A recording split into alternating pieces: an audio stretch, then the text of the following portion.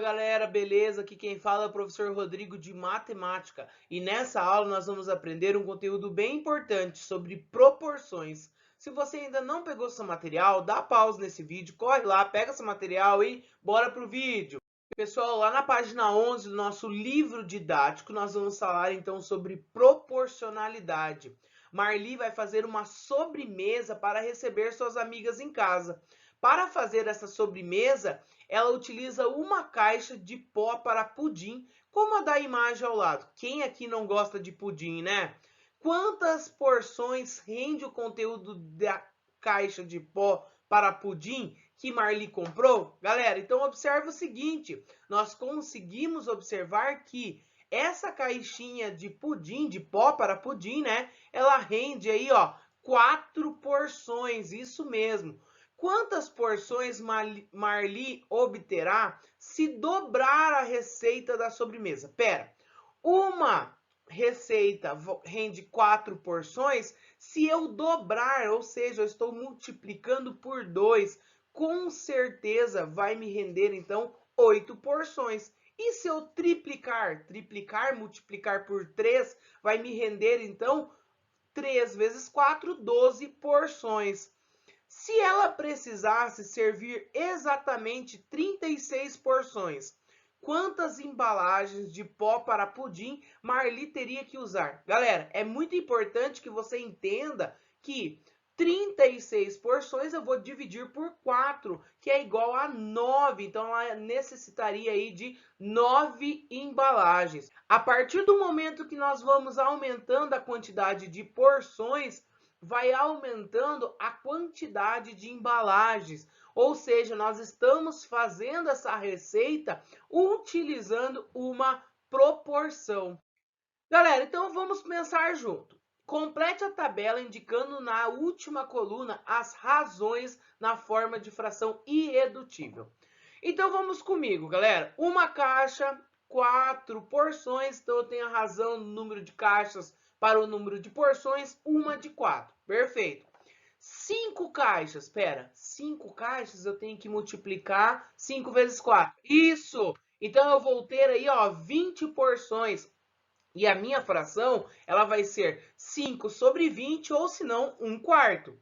7 caixas.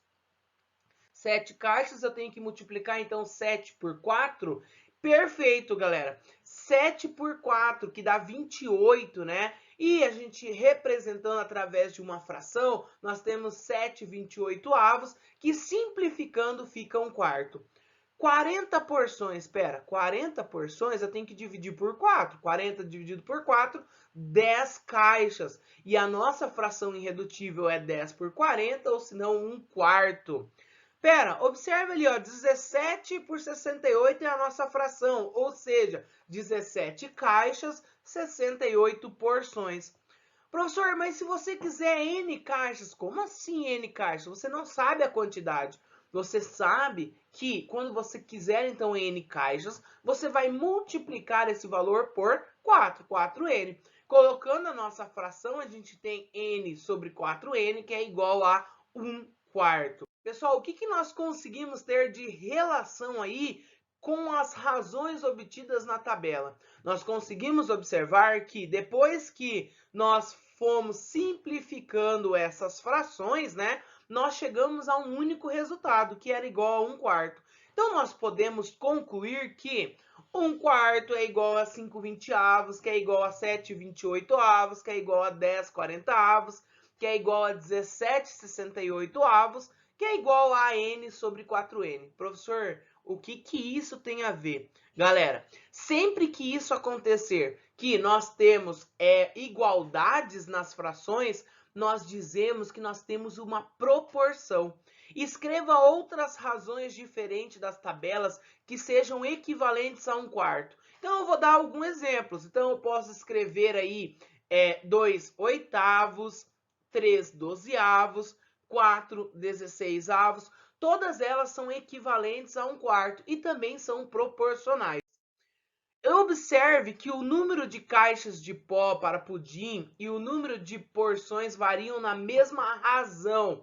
Assim, o número de caixas de pó de pudim está em proporção com o número de porções dessa sobremesa. Professor, como que eu faço para identificar aí se é ou se não é aí uma razão? Então, para isso, vamos analisar essa tabelinha. Galera, eu tenho uma fração. Essa fração eu vou escrever ela como A sobre B é igual a C sobre D.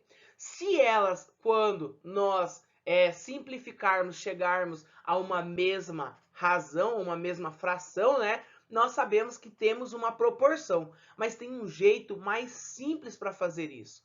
Eu posso escrever essa fração 2/3 e 4/6, lembrando que isso nós estamos falando que 2 está para 3, assim como 4 está para 6. Eu posso escrever isso através de uma divisão. 2 dividido por 3 é igual a 4 dividido por 6. Se eu multiplicar os nossos extremos, que são os dois cantos, 2 e o 6, e o resultado for igual à multiplicação dos nossos meios, que é o 3 e o 4, nós dizemos que temos uma proporção. Vamos fazer o teste? 2 vezes 6, eu sei que é 12. Mas 3 vezes 4 também é 12. E isso nós conseguimos, então, concluir que é uma proporção. Professor, então tem dois modos de saber se é ou se não é proporção? Isso mesmo, galera. Um dos modos, então, é você simplificar as frações o máximo que puder. Se elas chegarem na mesma fração irredutível, elas são proporções. Ou se não, você multiplica os extremos, multiplica os meios. Se chegarem no mesmo resultado, também são proporções. Galera, essa propriedade nós chamamos ela de propriedade fundamental das proporções. Olha que lindo, né? Então, isso quer dizer o quê? Através de uma fração, se eu multiplicar, então, os meus extremos, o A vezes D, ele tem que ser igual à multiplicação dos meus meios, que é o B vezes C. Vamos pensar em números. 2/3, 4/6. 2 vezes 6 é igual a 3 vezes 4? 12 é igual a 12? Sim, então nós temos uma proporção. Página 13, volume 4, atividade 1. Verifique se os pares de razões a seguir formam uma proporção. Vamos aplicar a propriedade fundamental da proporção. Eu tenho então a nossa letra A. Na letra A, 2/3 e 12/18. Eu sei, então, a multiplicação dos extremos tem que ser igual à multiplicação dos meios. Logo, 2 vezes 18 é igual a 3 vezes 12. 2 vezes 18 é 36. 36 é igual a 36? Verdadeira. Letra B. Letra B. 7/3 e 21/10, fazendo a multiplicação dos extremos. 7 vezes 10 é igual a 3 vezes 21. 7 vezes 10, 70. É igual a 3 vezes 21. 3 vezes 21 é igual a 63. Então, é falso, não são proporcionais. Pessoal, agora que nós vimos então sobre proporções, nós vamos falar sobre duas grandezas importantes, que é as grandezas diretamente proporcionais e as grandezas inversamente proporcionais. Então vamos lá na página 14 do nosso livro didático. Fabiola resolveu fazer biscoitos com base na receita abaixo. Pessoal, vamos analisar e completar a tabela seguinte. Se eu for fazer, então, meia receita, eu vou utilizar 2 ovos, vou utilizar 100 gramas de açúcar, vou utilizar 90 gramas de farinha de trigo e vou utilizar aí 50 gramas de manteiga. Uma receita eu já sei que é 4 ovos, 200 gramas de açúcar, 180 gramas de farinha de trigo e 100 gramas de manteiga. Pera, 300 gramas de açúcar, eu estou utilizando o quê? 1,5, ou seja, uma receita e meia. Então, eu vou utilizar aí 6 ovos, vou utilizar 270 gramas de farinha e vou utilizar 150 gramas de manteiga. Pera, professor, então, esse nosso próximo, ele é para duas receitas? Perfeito. Observe aqui que eu tenho duas receitas, eu vou utilizar 8 ovos, 400 gramas de açúcar, 360 gramas de farinha de trigo e 200 gramas de manteiga. O que está acontecendo? A partir do momento que você vai aumentando a quantidade de receita, os ingredientes também vão aumentando. Então, para X receitas, eu terei aí 4 vezes X, ou seja, 4 ovos vezes a quantidade de receitas, 200 gramas de açúcar vezes a quantidade de receitas, 180 gramas de farinha de trigo vezes a quantidade de receitas e 100 gramas de manteiga vezes a quantidade de receitas. Grandezas inversamente proporcionais. Então vamos lá, galera. Nós temos esse ônibus aí, ele faz o trecho entre Bahia e Vitória da Conquista, é um percurso aí de 560 quilômetros. Nós sabemos que ele utiliza aí uma velocidade média de 70 km por hora. E de vez em quando ele utiliza aí, a média foi de 80 km por hora. Pessoal, podemos observar então que as grandezas utilizadas nessa proposta são relacionadas aí a grandezas de velocidade e tempo. E nós conseguimos observar o seguinte, que 70 km por hora ele fez em 8 horas, 80 km por hora ele fez em 7 horas. A partir do momento que ele aumentou a velocidade média, o que aconteceu com o tempo? Ele diminuiu. É isso mesmo, galera. A gente consegue concluir, então, que a velocidade na ida ela foi menor no que dá a volta. Então, nossa grandeza inversamente proporcional, a partir do momento que você vai aumentando uma grandeza, a outra vai diminuindo. Grandezas não proporcionais. Você já deve ter ouvido falar em área. A área, então, de um quadrado, por exemplo. Nós temos aí a área de um quadrado de lado 1. Nós sabemos que vai ser 1, né? Quando o nosso lado é 2, então a nossa área vai ser 4. Quando o nosso lado é 4, nossa área é 16. 8, 64, 16, 256. E resumindo, a área de um quadrado é L ao quadrado. Quando o lado do quadrado aumenta, a respectiva área também aumenta? Galera, temos que pensar o seguinte, nós não temos grandezas proporcionais nesse exemplo. Então, elas não aumentam em uma proporção. Elas aumentam, é claro, de acordo com a área, mas não em uma proporção. Então, nós conseguimos aí dizer que a área de figuras, elas não são grandezas proporcionais. Regra de 3. Nós vamos analisar o seguinte problema aí. Uma torneira aberta despeja em 2 minutos 10 litros de água em uma banheira. Se a banheira enche completamente após 1 hora, quantos litros de água ela contém?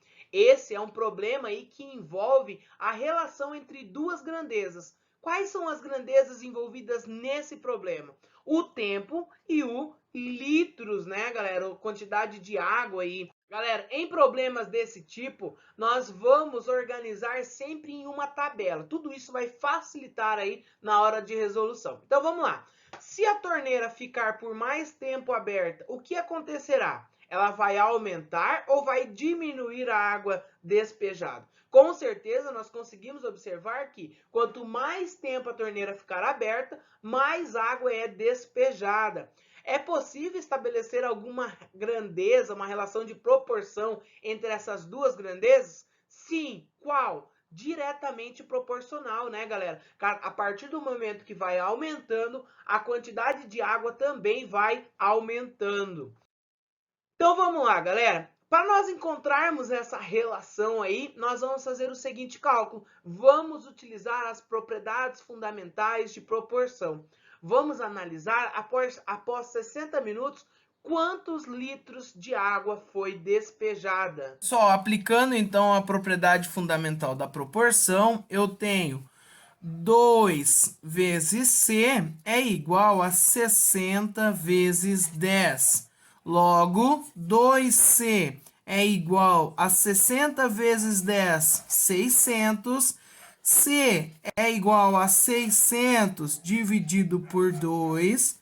O valor de C, então, será igual a 300. Então, nós conseguimos concluir aí que foi despejado 300 litros de água. Esses problemas envolvendo as proporções, nós chamamos isso de regra de 3. Lembrando que as regras de 3 podem ser com grandezas diretamente proporcionais e grandezas inversamente proporcionais. Pessoal, de acordo com as situações, determine o valor de x em cada item. A e B são grandezas diretamente proporcionais. Vamos analisar. Pessoal, temos então grandezas diretamente proporcionais. Logo, eu tenho 2 vezes x é igual a 4 vezes 16. Logo, eu tenho 2x é igual a 64. X é igual a 64 dividido por 2. X é igual a 32. C e D são grandezas inversamente proporcionais. Pessoal, temos as grandezas inversamente proporcionais, então temos que fazer aí a inversão de uma das nossas grandezas. Então, fazendo essa inversão, agora aplicando aí a propriedade fundamental da proporção.